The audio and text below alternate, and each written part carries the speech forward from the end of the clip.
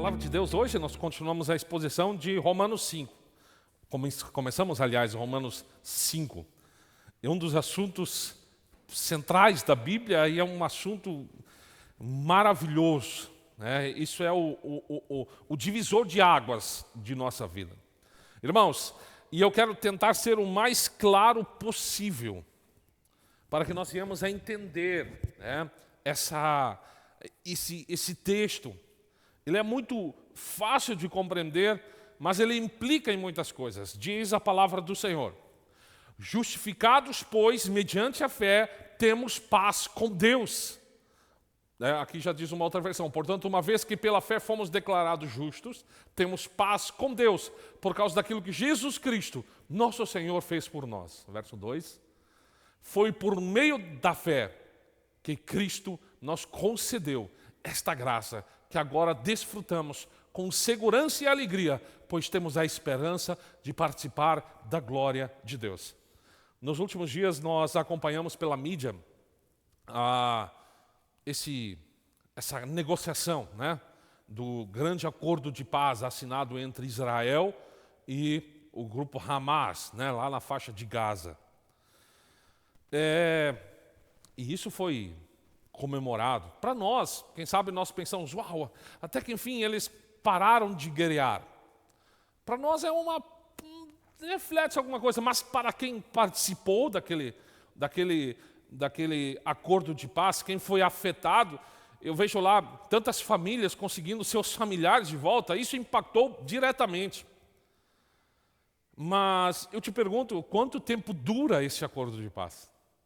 Ele é instável, não se sabe até quando vai. Muitos cessar-fogo já foram realizados, já foram acordados e sempre foram quebrados. Paulo, ele retrata aqui neste capítulo 5, né, ele de certa forma, ele jubila, ele dizendo, justificados, pois, mediante a fé. Ele se alegra, porque ele diz aqui que uma guerra chegou ao fim. Ele está dizendo aqui que um conflito devastador, ele estava com seus dias contados. Que guerra era essa? Nós havíamos atacado a Deus.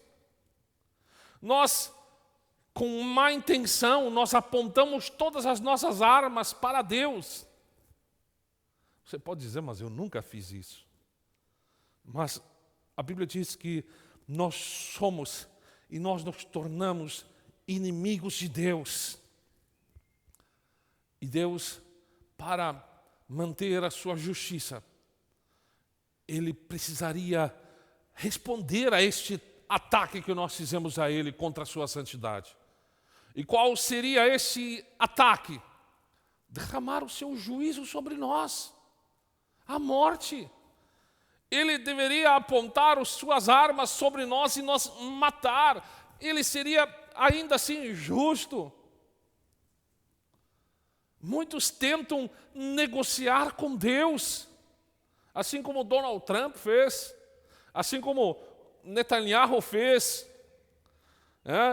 Muitos tentam negociar, tentam apaziguar a sua situação com Deus através de boas ações, de méritos. Mas nem o negociante mais habilidoso consegue encerrar esta guerra.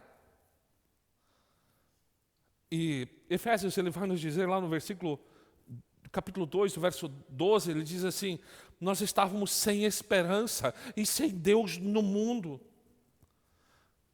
Mas o que Deus fez? Ele mirou todas as suas armas. Ele direcionou toda a sua ira, mas Ele não direcionou necessariamente sobre nós. A Bíblia diz que aquele que não conheceu o pecado, Deus o fez pecado por nós, para que neles fôssemos feitos justiça de Deus. Então, pensa aqui comigo um pouco. Toda a ira por causa do nosso pecado que nós deveríamos pagar, nós deveríamos sofrer toda essa ira de todos os chamados e eleitos de Deus. Deus, Ele direcionou em uma direção só, em um momento só, sobre Jesus na cruz. Eu sempre tento ilustrar da melhor maneira possível. Imagina, né, todo mundo gosta às vezes de assistir um filme. Imagina Deus reunindo toda a ira, toda a consequência do nosso pecado, toda a nossa culpa. Deus, Ele coloca tudo numa bola, numa locomotiva, e Ele direciona. Tudo isso foi direcionado sobre o seu próprio Filho Jesus. Para quê? Jesus morrer em nosso lugar, para aplacar esta ira. Jesus, Ele se colocou como uma oferta, né? Assim como houve muitas negociações para que esse acordo de paz entre Israel e o Hamas fosse assinado. Agora, a única cláusula que nos libertou, que nos trouxe a paz, Jesus pagou o preço pelos nossos pecados. Isso é maravilhoso demais. Então Paulo, ele se alegra, ele exulta, ele diz assim, porque isso estava muito fresco ainda. Isso estava há poucos tempos ali que Paulo estava agora, que havia acontecido. Ele diz assim, nós fomos justificados somente pela fé. Somente pela fé. Martinho Lutero, relembrando esse mês da Reforma, ele escreve assim, com júbilo e alegria triunfante, o apóstolo fala, em toda a Escritura dificilmente se encontra um texto comparável, pelo menos não em tal grau. Aqui ele descreve da maneira mais clara a graça e a misericórdia de Deus, sua natureza e sua imensidão para conosco. Aqui é o maior acordo de paz que a humanidade já viu. E ele afeta diretamente a nós. Como é que você sabe? Como é que eu sei que ele afeta? Porque você está sentado aqui nesta manhã ouvindo esta palavra. Esse tratado de paz, ele alcança você também. Quais são as consequências deste tratado de paz? Esta justificação, o que ela nos traz? Primeiro lugar, versículo 1. Justificados, pois, mediante a fé, temos paz com Deus, por meio de nosso Senhor Jesus Cristo. E aqui eu quero chamar a atenção de vocês para 2 pontos. Nós temos duas caracterizações. Há uma diferença entre a paz de Deus e a paz com Deus. Aqui o texto não diz que nós temos a paz de Deus. Vamos lá. Nós somos declarados justos, então nós temos a paz com Deus. Não é paz de Deus. Qual é a diferença? A paz de Deus, ela é claro, é maravilhosa, né? Por exemplo, nós podemos nos encher da paz de Deus quando nós somos demitidos, por exemplo, de um trabalho. Nós podemos nos encher da paz de Deus quando nós estamos, por exemplo, em um momento de enfermidade. A paz de Deus, ela é como um dom, ela é como uma graça sobrevinda sobre nós. Então, há algo que Deus nos concede, é algo momentâneo. A paz de Deus, ela pode nos encher o nosso coração, né, em meio a essas situações que nós estamos envolvidos neste mundo, nas adversidades, por exemplo. Essa é a paz de Deus. Nós encontramos essa paz de Deus lá em Filipenses, no capítulo 4, verso 6, ele diz assim, não andeis ansiosos por coisa alguma, em tudo sejam vossos pedidos conhecidos diante de Deus, pela oração, pela súplica, com ações de graças, e a paz de Deus, que excede todo entendimento, guardará os vossos corações e vossas mentes em Cristo Jesus. Deixa eu exemplificar, deixa eu abrir um parênteses nesse sermão aqui para entendermos isso. Quando nós levamos a Deus todas as nossas petições, né, as nossas orações, as nossas súplicas, com ações de graças, com gratidão, nós oramos, isso se chama oração, nós oramos a Deus e nós levamos a Deus as nossas lamúrias, as nossas queixas, mas lembramos-nos também a Deus de tudo que Ele já fez por nós, com ações de graças, com gratidão. Quando nós colocamos tudo isso sob o fardo, esse fardo sob o colo de Deus, então a paz de Deus, ela guardará os nossos corações. O que seria esse guardar o nosso coração?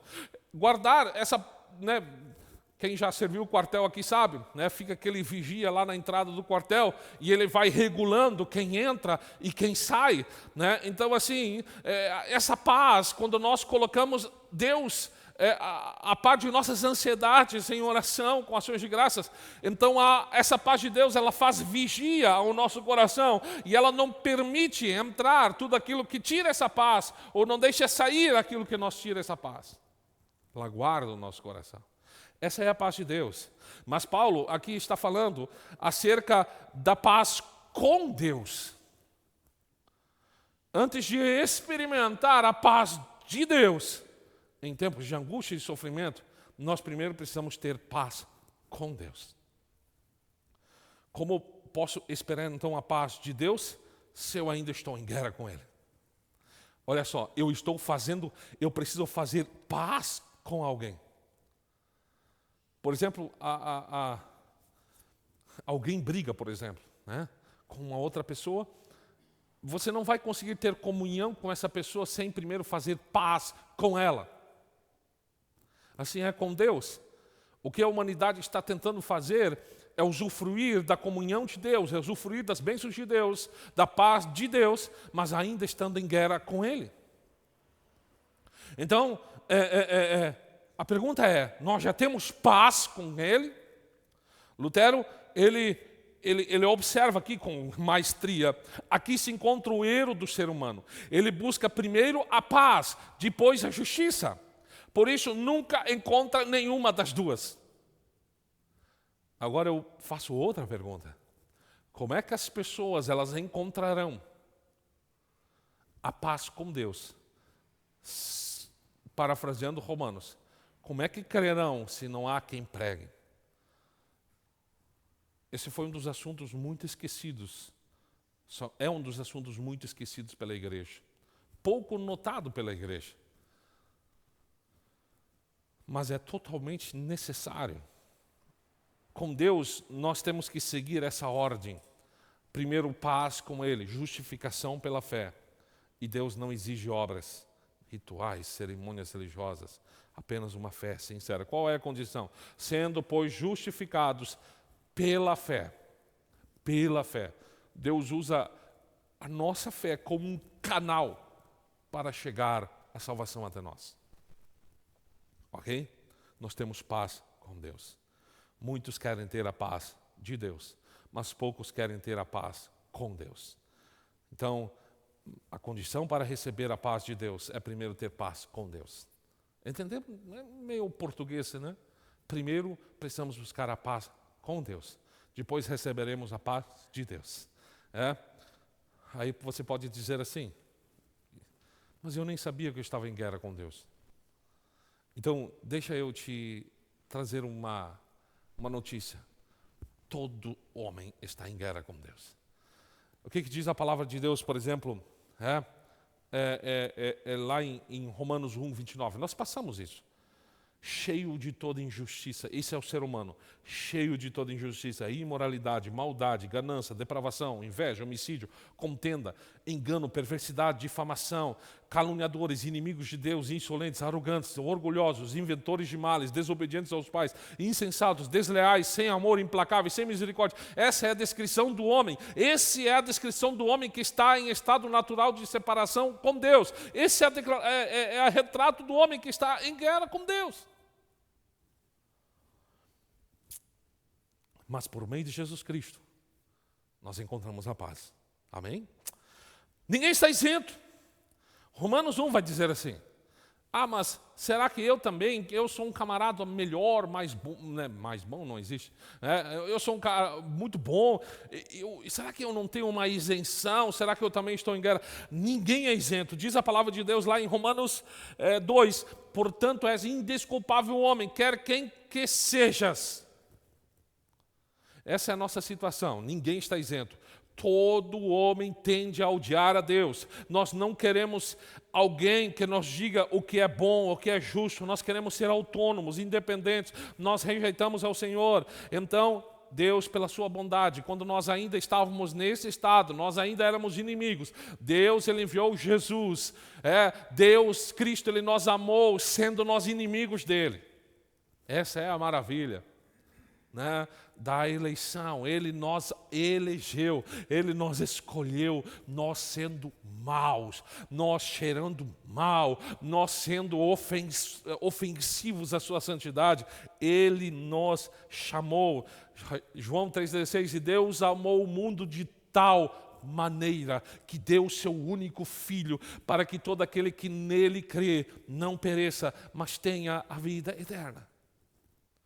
Então, essa reconciliação, Jesus, Ele tem um papel preponderante nessa reconciliação com Deus. Sendo, pois, justificados pela fé, temos paz com Deus. Por quem? Por meio de Jesus Cristo, o único intermediador, o único Salvador, a única cláusula do contrato efetivamente valorosa é Cristo Jesus. Essa reconciliação, essa justificação é somente através de Jesus. Nós não poderíamos pagar a dívida jamais. Essa dívida é alta demais. É alta demais. Ele então assumiu a nossa dívida. E a Bíblia nos diz que Ele cravou o nosso escrito de dívida na cruz. Glória a Deus por isso. Aleluia. Se o acordo de paz entre Israel e Hamas, não sei quanto tempo vai durar, né? A paz de Deus, ela é duradoura.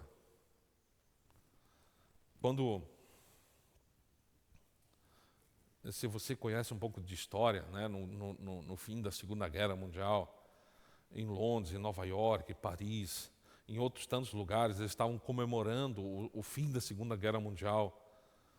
Aquele foi apenas um cessar-fogo temporário. Logo a cortina de ferro foi erguida, mísseis nucleares foram apontados de Moscou para o Ocidente novamente. A paz humana, ela é sempre assim, ela é duradoura por um período. Nunca ela é duradoura, permanentemente. Assim aconteceu também com nossos irmãos lá na Ucrânia, na Rússia. Eles tinham um acordo de paz. Muitos não sabem, mas em 2014 a Rússia quebrou esse acordo. Aí houve de novo um período de trégua. E aí há 3 anos e meio atrás foram lá e quebraram de novo. E está até hoje aquela guerra contínua. Isso é uma guerra aparente. Bombas sendo lançadas, soldados morrendo. Mas essa é a mesma situação da humanidade para com Deus. Todo dia o homem peca. Todo dia o homem larga suas bombas, seu pecado contra a santidade de Deus. Mas quando Deus declara a paz, a guerra ela termina de uma vez por todas. Por isso a segurança da salvação. Por isso nós podemos confiar que Deus Ele nos fará perseverar até o final. Porque é Deus quem declarou essa paz. Não foi iniciativa nossa de chegarmos, Deus, poderíamos fazer um período de paz. Não, não. A Bíblia diz que a iniciativa ela partiu de Deus. Deus, Ele disse que Ele nos deu a paz. Esse é o primeiro fruto da justificação pela fé.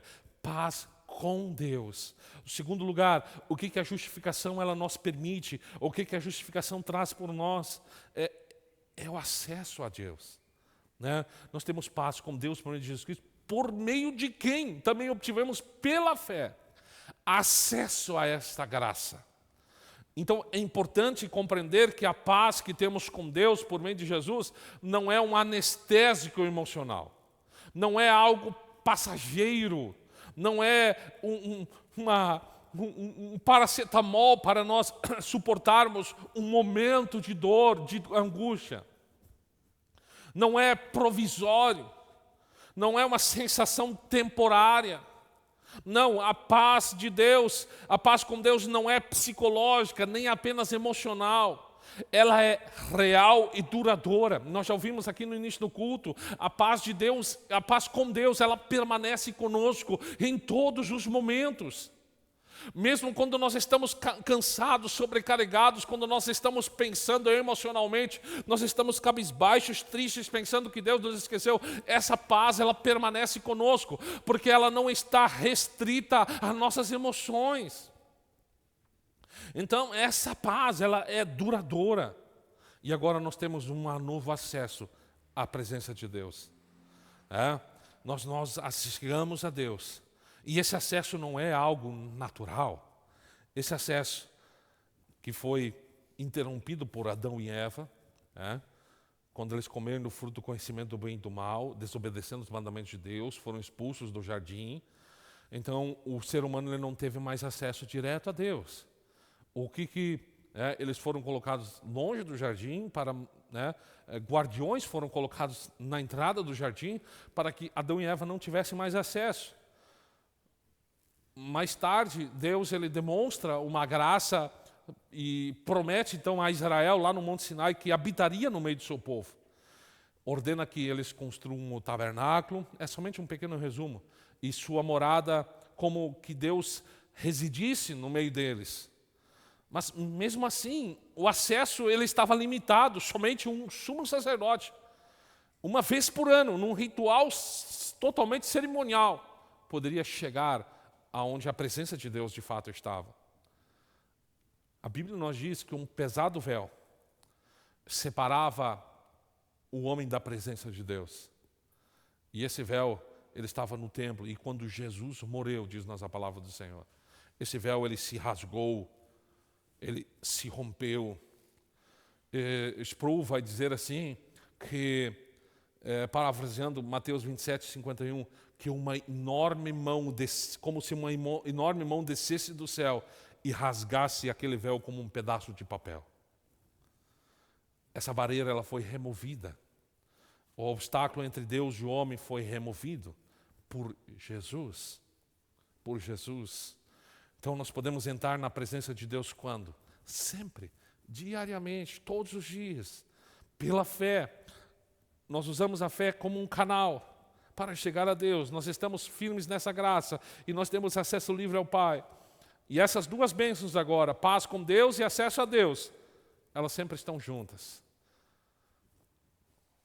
E aí eu te pergunto, se nós somos justificados por Deus, quando é que nós perdemos o acesso com Deus? Nunca. Porque isso caminha junto. Então essa paz, ela não depende das circunstâncias.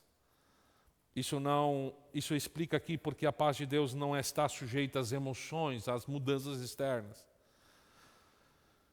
Ninguém pode tirar nós deste relacionamento. Porque ninguém além de Deus concedeu a você. Então, eu não posso tirar esse acesso de você. Ele não pode ser, esse acesso ele não é alterado pelas circunstâncias. Não depende do fato, se tudo está indo bem. Ele não nasce, por exemplo, quando a família não está bem, nós perdemos o acesso. Não, esse acesso ele continua aberto. Ele não termina quando o salário termina ou quando, enfim. Esse acesso ele está ligado com Deus exclusivamente. Exclusivamente. Nada pode nos separar do amor de Deus. Romanos 8 vai nos falar isso. Agora, nós temos esse acesso e nós temos confiança. Nós podemos, se eu sei que eu tenho esse acesso, eu sou um filho amado de Deus, eu tenho esse acesso. Então eu posso ter confiança na oração, eu posso saber que Deus está me ouvindo, eu posso orar. Hebreus vai nos dizer assim, tendo, pois, irmãos, ousadia para entrar no Santo dos Santos, pelo sangue de Jesus, pelo novo e vivo caminho que Ele nos abriu através do véu, isto é, a sua carne, tendo um grande sacerdote sobre a casa de Deus, aproximemo-nos, pois, com o coração sincero, com plena certeza de fé, tendo os corações purificados de má consciência e o corpo lavado com água limpa. Paulo, ele vai nos dizer lá em Efésios 3:12 também, em Cristo Jesus temos a ousadia e acesso a Deus com confiança pela fé nele. Isso significa que nós podemos orar com confiança. O que é orar com confiança? É a mesma coisa quando eu pego o meu telefone e eu faço uma ligação para você, e quando eu faço essa ligação, ela conectou, eu posso ter certeza que você está me ouvindo. Claro, no Brasil nem sempre as conexões são tão boas. ou quando eu estou falando, eu estou aqui na frente de você e eu estou falando, e você em plena audição, eu sei que você está me ouvindo. É essa confiança que nós podemos ter com Deus, quando eu sei que eu me direciono a Ele, Ele está me ouvindo. Essa é a confiança que Paulo diz que nós devemos ter. Eu posso ter certeza que Deus ouve a minha oração.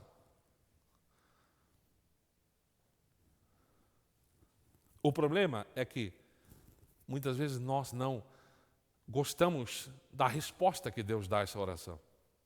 Uma coisa é Deus ouvir a oração, outra coisa é Deus atender a nossa oração. O não de Deus também é uma resposta, o esperar de Deus também é uma resposta. Mas essa confiança, entenda uma coisa, meu querido.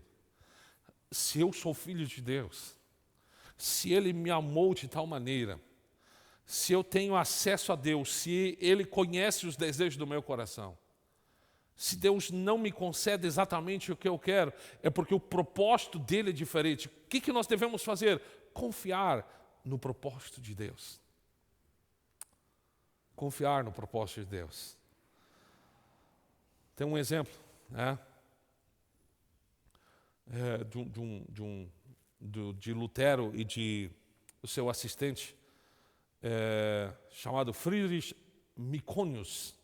Certa vez, Myconius, ele adoeceu de uma forma muito grave e a esperança era que ele ia morrer em pouco tempo.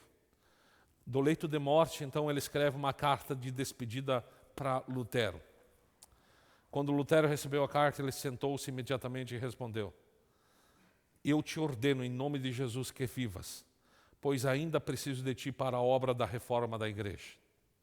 O Senhor jamais permitirá que eu ouça que estás morto, mas te considerar viver mais do que eu. É isso que eu oro. Esta é minha vontade, e que a minha vontade se compôs. Eu busco apenas a glória de Deus. Isso até pode soar meio ousado para nós, né? Mas a oração de Lutero claramente veio de Deus.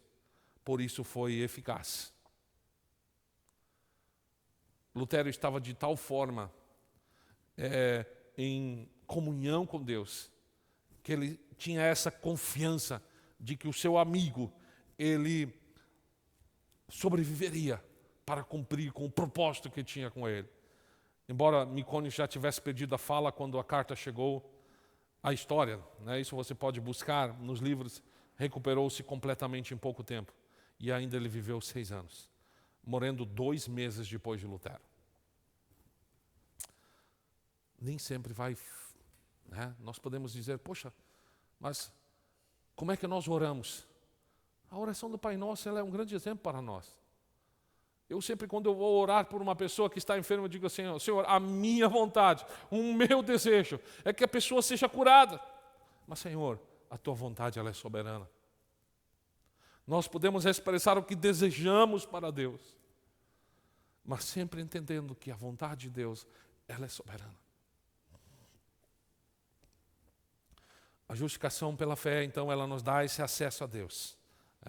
Ela nos dá esse acesso ao Senhor. Agora, em último lugar, nós somos justificados pela fé. Nós temos, então, essa entrada, esse acesso pela fé a esta graça, na qual estamos firmes e nós gloriamos na esperança da glória de Deus. Como temos essa esperança? Isso na verdade é uma certeza quanto ao futuro. E isso deve ser um motivo de alegria para nós. O que vai acontecer com você? Você já parou para pensar? Nós estamos vivendo em um mundo tão inseguro. Nós não sabemos o que vai ser amanhã, nós não sabemos o que vai ser no próximo mês, nós não sabemos nada. Mas para nós, como filhos de Deus, como cristãos, nós podemos ter uma certeza de que, se nós somos justificados por Deus, pela fé, nós temos acesso a Deus pela fé. Justificação significa nós somos salvos. Nós podemos ter uma convicção, uma certeza. Nós podemos nos alegrar na esperança da glória de Deus. Por isso, Atos 2, 26 diz assim: por isso se alegra o meu coração e a minha língua exulta. Até mesmo a minha carne repousará segura. Pois tu não deixarás a minha alma no mundo dos mortos, nem permitirás que o teu santo veja a corrupção. Glória a Deus.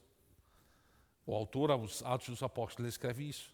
2 Coríntios, Paulo ele vai escrever assim, 2 Coríntios 1,7: nossa esperança a vosso respeito é firme, porque sabemos que assim como sois participantes dos sofrimentos, também sereis da consolação.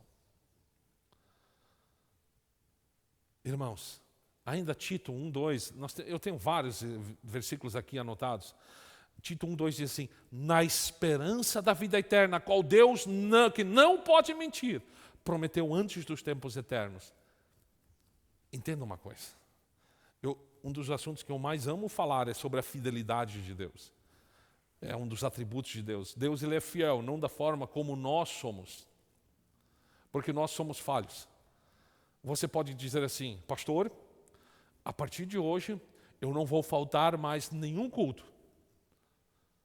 E eu sei que você não tem capacidade, você pode até conseguir cumprir, ok? Chegar no final do ano, vou te dar os parabéns. Mas pode acontecer, você não tem uma capacidade para garantir. Agora, quando Deus fala, quando Deus diz: olha, eu vou estar convosco, quando Deus faz uma promessa, é como se essa promessa ela já fosse cumprida, porque Deus ele é Senhor do tempo, Ele tem todo o poder. Isso é maravilhoso, isso é glorioso, irmãos. Tendo essa esperança como a âncora da alma, firme e segura, que penetra até o interior, além do véu, onde Jesus, nosso como precursor, entrou por nós. E ainda assim, continua dizendo, como nós podemos então ter essa esperança? Nós gloriar, irmãos, isso deve ser um motivo de alegria para nós. Eu posso ter esperança de uma glória vindoura, irmãos. Aleluias. Então, aqueles que foram justificados pela fé, eles aguardam com grande confiança pela glorificação final e completa. Se isso vem da parte de Deus, conte já como se fosse cumprido. Eu tenho paz com Deus, acesso a Deus e esperança em Deus. Glória a Deus. Irmãos, esse tema da justificação, ele deve trazer para nós uma tranquilidade, um conforto para a nossa alma. Você está aqui nesta manhã, você foi salvo,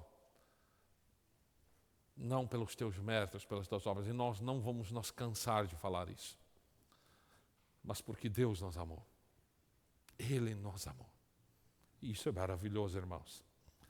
Paz com Deus. Dentre todas as pessoas do mundo. Aliás, tu deve ter paz com todas as pessoas, se possível.